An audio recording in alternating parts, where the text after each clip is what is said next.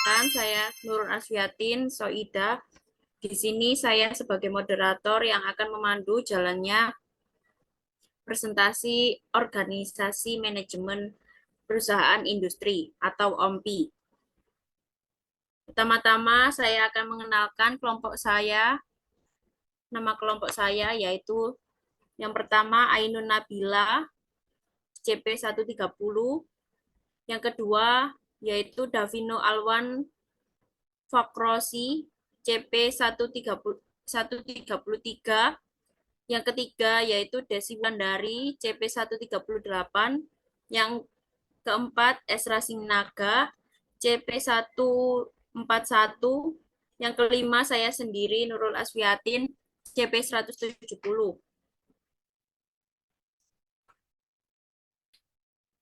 Yang pertama, oke, kita bagian ke slide selanjutnya. Analisis SWOT pada UMKM Kirca Belings. Makanan ringan memiliki peran yang sangat penting dalam kehidupan manusia, tidak hanya sebagai kebutuhan nutrisi, tetapi juga sebagai ekspresi budaya dan gaya hidup. Tidak hanya keripik kentang,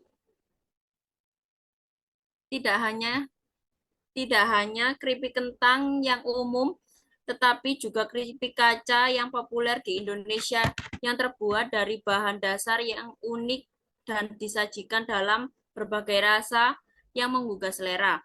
Makanan ini terbuat dari bahan dasar yang sangat sederhana, yaitu tepung tapioka. Tapi proses pembuatannya memerlukan keahlian khusus untuk menciptakan tekstur yang transparan dan rapuh, mirip dengan kaca tipis. Makanan ini sangat populer di Indonesia dan seringkali dijadikan camilan favorit saat nongkrong bersama teman-teman atau sebagai oleh-oleh khas dari berbagai daerah di Indonesia.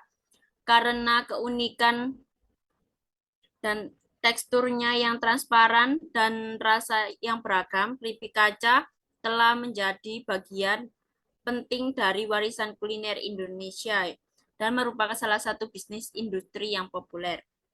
Bisnis industri dalam bidang makanan dan minuman relatif mudah karena dalam menjalankan usahanya, pelaku bisnis bisa memanfaatkan bahan baku bahan baku yang tersebar luas dan menggunakan teknologi atau alat yang sederhana sehingga bisnis ini kebanyakan yang melakukan yaitu pelaku usaha kecil menengah atau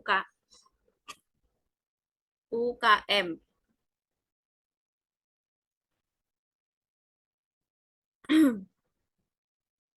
Namun seiring berjalannya waktu, usaha dari Gang Kirca Belings merupakan mengalami beberapa masalah dalam proses pembuatan kerupuk. Salah satunya adalah kurangnya jumlah karyawan yang menyebabkan mereka tidak dapat mencapai target produksi dan juga terjadi fluktuasi penjualan kerupuk yang tidak dapat diprediksi. Akibatnya UMKM menghadapi kerugian dalam hal waktu, sumber SDM, dan juga modal. Untuk mengatasi ini diperlukan analisis SWOT agar kelebihan dan kelemahan dagang Kirca Beling dapat diidentifikasi. Permasalahan ini perlu diselamatkan karena perkembangan industri rumahan atau usaha kecil menengah menjadi solusi untuk memperbaiki perekonomian yang berpotensi sangat besar. Next slide. Analisis SWOT merupakan metode yang digunakan untuk mengenali mengenali kekuatan, kelemahan, peluang, dan ancaman yang relevan dengan bisnis atau bahkan proyek tertentu. Analisis SWOT terdiri dari sebagai berikut: strength atau kekuatan. Kekuatan dalam SWOT mengacu pada inisiatif internal yang berkinerja baik. Ini dapat dibandingkan dengan inisiatif lain atau keunggulan kompetitif eksternal. Weakness atau kelemahan, kelemahan dalam analisis SWOT mengacu pada inisiatif internal yang berkinerja buruk. Menganalisis sebelum kelemahan, kekuatan sebelum kelemahan untuk menciptakan dasar keberhasilan dan kegagalan merupakan ide yang baik. Opportunities atau peluang. Peluang dalam SWOT adalah hasil dari kekuatan dan kelemahan yang ada bersama dengan inisiatif eksternal apapun yang akan menempatkan pada posisi yang kompetitif yang lebih kuat. Yang terakhir yaitu the risks atau ancaman. Ancaman dalam analisis SWOT mengacu pada era yang berpotensi menimbulkan masalah atau ancaman. Ancaman berbeda dari kelemahan karena ancaman bersifat eksternal dan umum di luar kendali. Next.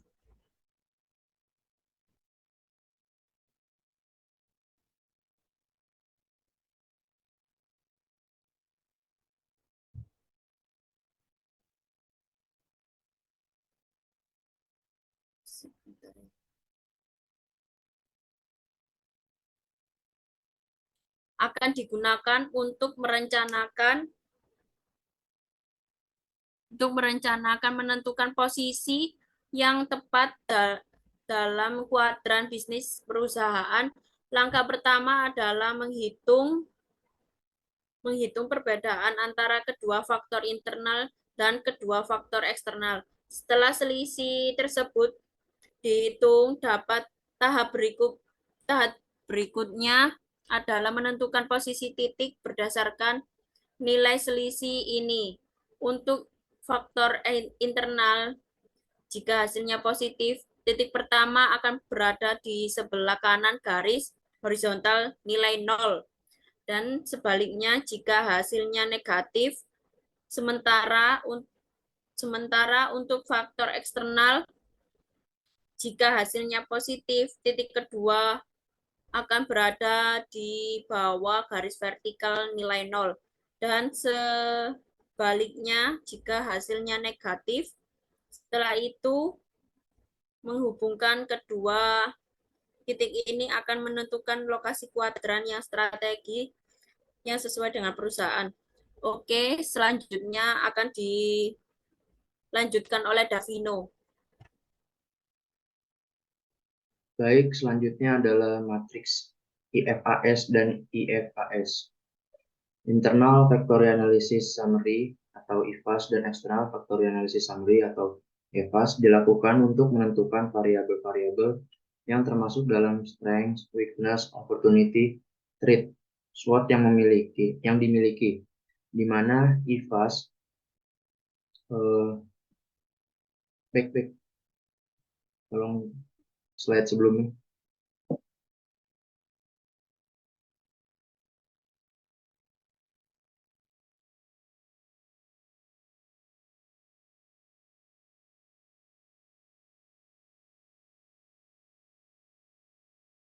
Di mana IFAS, Internal Strategic Factory Analysis Summary, analisis faktor strategi internal, yaitu terdiri dari kekuatan dan kelemahan dari perusahaan. Sementara IFAS, External Strategic Factory Analysis Summary, atau analisis faktor strategi eksternal, yakni terdiri dari peluang dan ancaman terhadap perusahaan. Matriks IFAS dan IFAS sendiri terbentuk pada tabel yang meliputi satu tabel EFAS. Tabel EFAS terdiri dari 5 kolom. Untuk menyusun tabel EFAS, para manajer harus sudah memiliki catatan analisis lingkungan eksternal, baik dari faktor peluang maupun ancaman. 2. Tabel IFAS. Tabel IFAS juga terdiri dari 5 kolom. Untuk menyusun tabel IFAS, para manajer harus sudah memiliki catatan analisis lingkungan internal, baik dari faktor kekuatan maupun kelemahan. Next.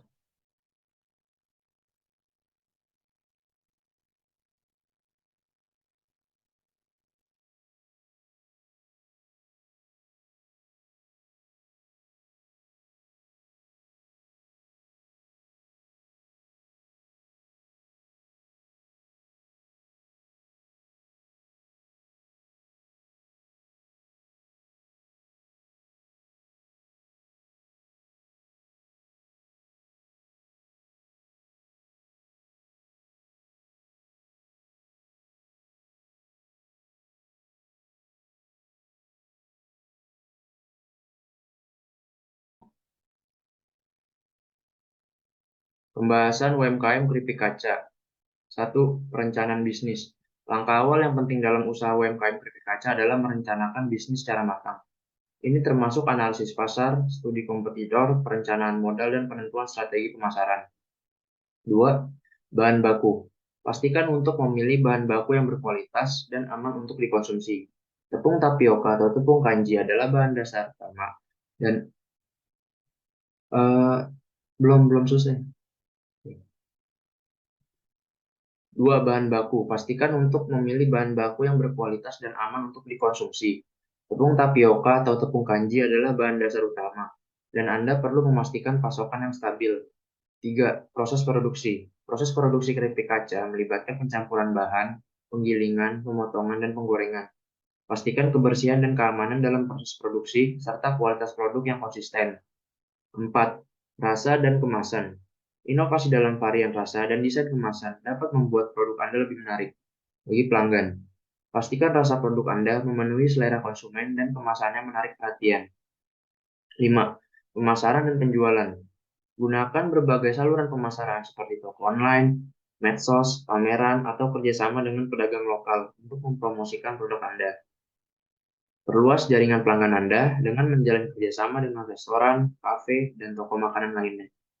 Yang keenam, manajemen keuangan. Kelola keuangan bisnis Anda dengan baik, termasuk pemantauan pengeluaran, pendapatan, dan perhitungan laba rugi. Ini penting untuk menjaga keberlanjutan bisnis Anda.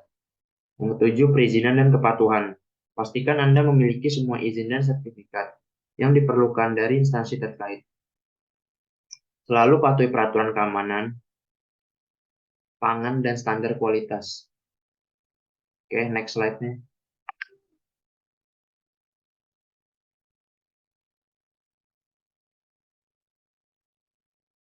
Profil usaha keripik Kirca Bellings. Deskripsi usaha. Kirca Bellings adalah usaha UMKM yang bergerak di bidang produksi dan penjualan keripik kaca. Sebuah cemilan unik dan lezat yang terbuat dari bahan dasar tepung tapioka berkualitas tinggi. Kami memadukan kreativitas dalam rasa dengan kualitas produk yang premium untuk memanjakan lidah pelanggan kami. Usaha ini didirikan dengan semangat untuk menyediakan cemilan berkualitas tinggi yang memberikan pengalaman rasa yang luar biasa pada pelanggan. Visi: menjadi produsen keripik kaca terkemuka di Indonesia dengan berbagai varian rasa yang inovatif dan menjadi bahan utama bagi pecinta cemilan berkualitas. Misi: pertama, menghasilkan keripik kaca dengan kualitas terbaik dan bahan baku yang aman. 2. Terus mengembangkan varian rasa baru dan menggugah selera. 3. Memberikan pelayanan pelanggan yang ramah dan responsif. 4. Menjaga keberlanjutan usaha dengan manajemen keuangan yang baik. 5. Mendorong pertumbuhan bisnis dan menciptakan peluang kerja lokal. Produk kami itu ada keripik kaca original, yaitu keripik kaca dengan rasa gurih, renyah, dan transparan yang menggugah selera. Lalu ada keripik kaca pedas, varian pedas dengan tingkat kepedasan yang pas, cocok untuk pecinta pedas. Lalu keripik kaca keju, varian rasa keju yang creamy dan lezat dan nikmat. Lalu keripik kaca manis, pilihan manis dengan rasa yang lezat, ideal sebagai cemilan penutup. Next, keunggulan Kirca Bellings, yaitu bahan baku berkualitas tinggi dan aman, rasa yang konsisten dan menggugah selera, varian rasa yang inovatif, kemasan higienis dan menarik, pelayanan pelanggan yang responsif, komitmen pada kualitas dan keamanan produk. Pasar sasaran, konsumen dari berbagai kelompok usia yang mencari cemilan berkualitas. Restoran, kafe, dan warung makan yang ingin menawarkan cemilan unik pada pelanggan. Lalu, toko makanan khusus dan pasar tradisional. Lalu penjualan online melalui platform e-commerce. Kontak untuk alamat ada di Jalan Seriti, Kota Tegal. Untuk nomor telepon dan sosial media bisa dilihat di layar PPT. Baik, untuk selanjutnya akan dilanjut oleh teman saya Bila. Next.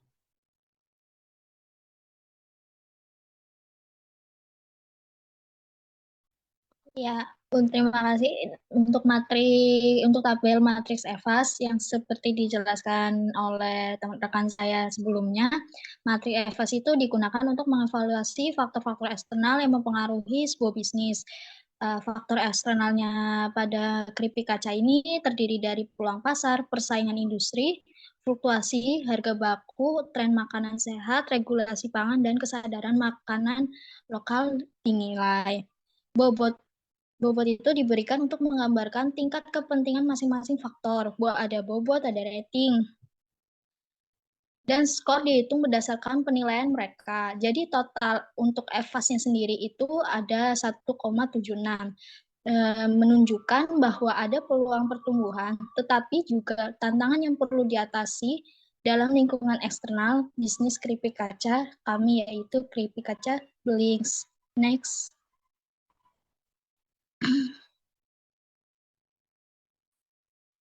Next lagi. Ya, ini untuk tabel IFAS. Tabel IFAS juga dijelaskan oleh rekan saya. Matriks IFAS sendiri digunakan untuk mengevaluasi faktor-faktor internal yang mempengaruhi sebuah bisnis. Dalam kasus keripik kaca Blings ini, faktor internal yang mempengaruhinya itu seperti kualitas produk, varian rasa inovatif, pelayanan pelanggan yang responsif, kemasan menarik, kapasitas produk yang terbatas, dan ketergantungan pada bahan baku dinilai. Bobot yang diberikan untuk menggambarkan tingkat kekuatan atau kelemahan masing-masing faktor. Dan skor dihitung berdasarkan penilaian mereka. Jadi total untuk IFAS-nya sendiri itu adalah 2,20 dengan menunjukkan adanya kekuatan internal yang signifikan dalam bisnis keripik kaca Blings ini. Tetapi juga kelemahan dalam internal yang harus diperhatikan lebih dalam lagi. Nah, selanjutnya akan dijelaskan oleh rekan saya mengenai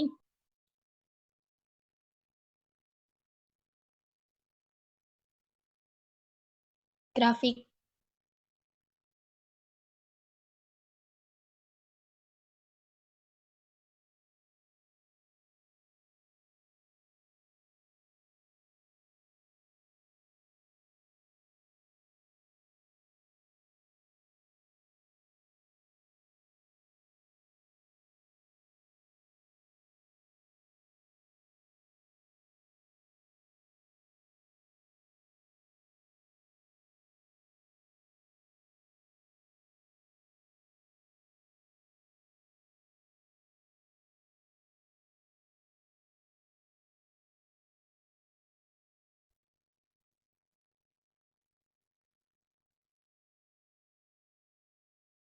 Baik, di sini saya akan menjelaskan mengenai matriks analisis SWOT. Nah, dari tabel EVAS dan IFAS tadi diperolehlah faktor internal dan eksternal. Nah, untuk faktor internal terdiri dari kekuatan dan kelemahan, sementara untuk eksternal terdiri dari peluang dan ancaman. Yang pertama untuk faktor eksternal yaitu kekuatan. Jadi kekuatan dari UMKM Kirca Blings ini terdiri dari yang pertama satu kualitas produk tinggi, yang kedua varian rasa inovatif, yang ketiga pelayanan pelanggan yang responsif, yang keempat kemasan menarik.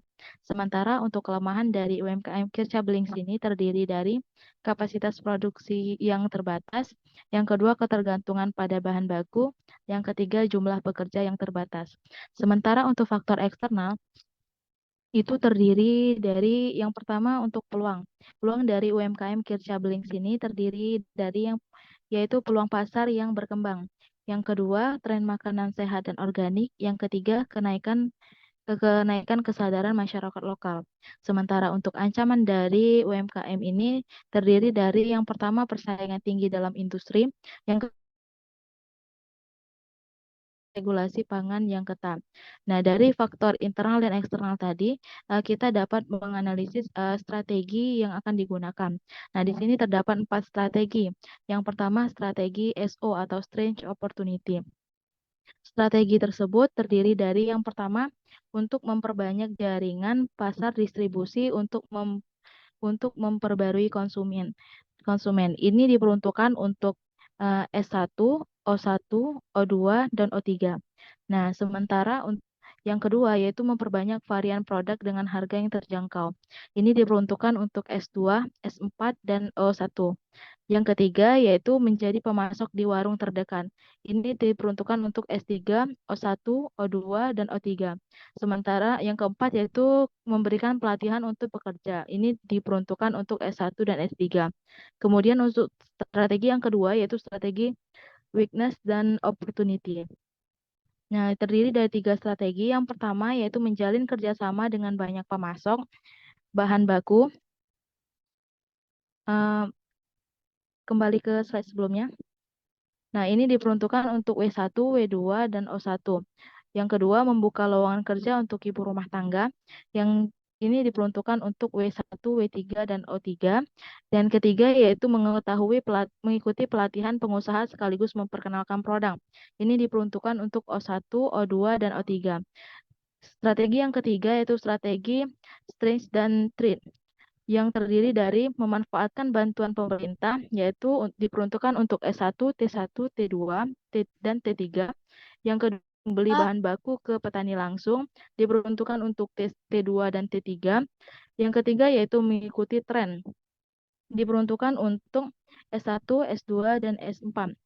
Sementara yang keempat, yaitu memperbaiki sistem penjualan ke teknologi canggih diperuntukkan untuk S3 dan T1.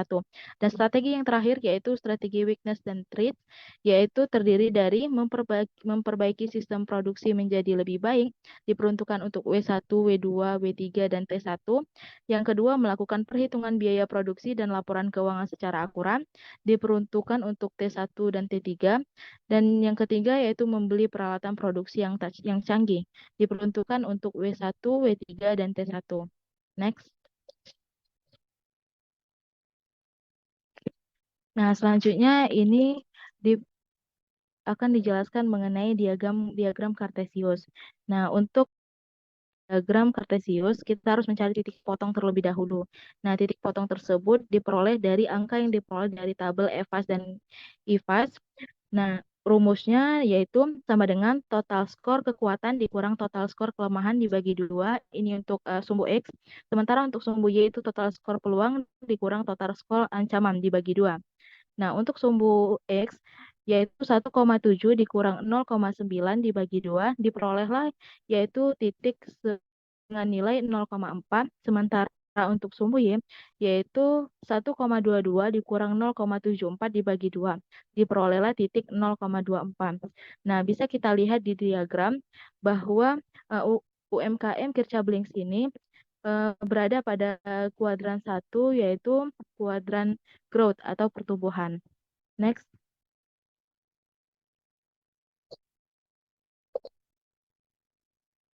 Nah, dalam diagram tersebut, kita dapat mengidentifikasi 4 kuadran yang mewakili kombinasi kekuatan, strength, kelemahan, weakness, peluang, opportunities, dan ancaman threat. Nah, dari usaha keripik kaca. Berdasarkan titik potong yang diperoleh, yaitu berada pada sumbu X dan Y, yaitu dengan nilai 0,4 dan 0,24, sehingga berada pada kuadran 1, yaitu growth atau pertumbuhan. Artinya, strategi yang akan digunakan adalah strategi strange opportunity, yang disebut strategi agresif. Posisi ini menunjukkan di mana Kircablings dapat memanfaatkan kekuatan internalnya untuk mengambil peluang eksternal. Dalam hal ini, Kircablings dapat menggunakan kualitas produk tinggi, varian rasa inovatif, kemasan menarik untuk memaksimalkan peluang dari ekspansi produk dan pemasaran online. Next. Nah, dari penjelasan dan hasil analisis yang telah kami lakukan, dapat disimpulkan bahwa berdasarkan hasil analisis, disimpulkan bahwa kita dapat mengidentifikasi bahwa mereka memiliki peluang untuk pertumbuhan di pasar yang berkembang dengan produk berkualitas tinggi dan varian rasa yang inovatif. Namun, mereka juga perlu mengatasi kelemahan di dalam kapasitas produksi yang terbatas dan ketergantungan pada bahan baku. Nah, selanjutnya saya kembalikan ke moderator.